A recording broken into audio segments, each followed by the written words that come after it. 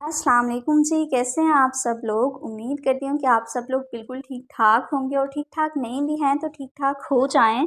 Because ये video आपको थोड़ा-सा बूस्ट अप करेगी, आपकी इम्यूनिटी को थोड़ा-सा बढ़ाएगी और आपके ब्रेन को थोड़ी-सी पावर देगी कि आप जो है थोड़ा सोच सकें उन चीज़ों के रिलेटेड जिनकी आपको समझ नहीं लग रही और आपका माइंड स्टक हो चुका है। और आप खुद भी जब आपका माइंड स्टक है तो ऑफ़ कोर्स आप भी कहीं ज़िंदगी में रुके ही पड़े हैं कि अब क्या किया जाए, हमें मसलों की समझ नहीं आ रही।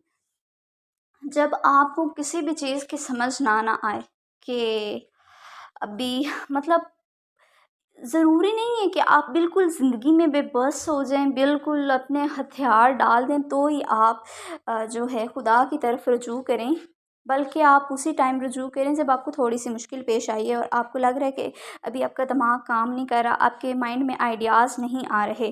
तो आप सबसे पहले तो ये करें कि आप वज़ू करें और 2 नफल हाजत के अदा करके हजूर के घराने को हदिया करें और उसके बाद आप अव्वल व आखिर 3 दफ़ा दुरूद शरीफ और दरमियान में सूरह यासीन 3 दफ़ा पढ़ें और अपनी जो मुश्किल है वो जो है उसके लिए दुआ करें, ठीक है। जब आप ये चीज़ कर लेंगे ना तो डेफ़िनेटली आपको एक वे मिल जाएगा। लेकिन अगर आपको वे नहीं मिल रहा तो आप इन नवाफ़िल को छोड़ें ना, आप रोज़ाना पढ़ते रहें, आपके लिए आसानी होगी, आपके लिए बेहतरी होगी, आपके लिए खैर होगी।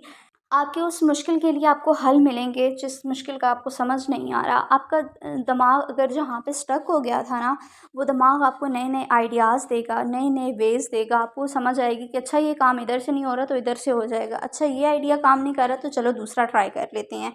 सम टाइम ये होता है कि हमें चीज़ों को करने की समझ ही नहीं आ रही होती, चीज़ें बहुत सी होती हैं, मुश्किलात होती हैं, ठीक है, मुश्किलात होती हैं। मुश्किलात में इंसान का ना माइंड इतना स्टक नहीं होता, जितना स्टक होता है रिलेशनशिप क्राइसिस में। जब आप किसी रिलेशनशिप में होते हो और आपको क्राइसिस में आ जाता है।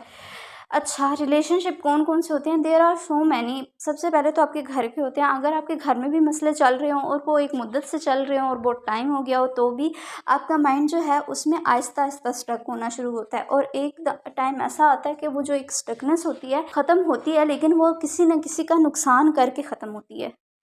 ठीक है, क्योंकि अगर मैं इस चीज़ को गर्ल्स से रिलेट करूँ कि अगर घर का माहौल ख़राब है तो गर्ल्स अफेक्टेड होती हैं या नहीं होती, ऑफ कोर्स वो होती हैं, क्योंकि ना गर्ल्स तो एक इम्यूनिटी के लिहाज से जो हैं वो उनकी इम्यूनिटी कम होती है मेल्स की निस्बत, ठीक है। दूसरा वो जो हैं एग्जॉस्टेड भी जल्दी हो जाती हैं as compare to male. Male थोड़ा हार्श होते हैं, लेकिन जो फीमेल होती है वो एग्जॉशन पहले ही मतलब उसकी लाइफ ही एक अजीबो-गरीब सी होती है, ठीक है। और फिर जो है वो फिर एकदम अपने अंदर हर चीज़ को दबा के ना उसके अंदर एग्ज़ॉशन क्रिएट हो जाती है। तो ये एग्ज़ॉशन उन लड़कियों में नहीं होती जो ज़्यादा मुश्किलात को फ़ेस करती हैं।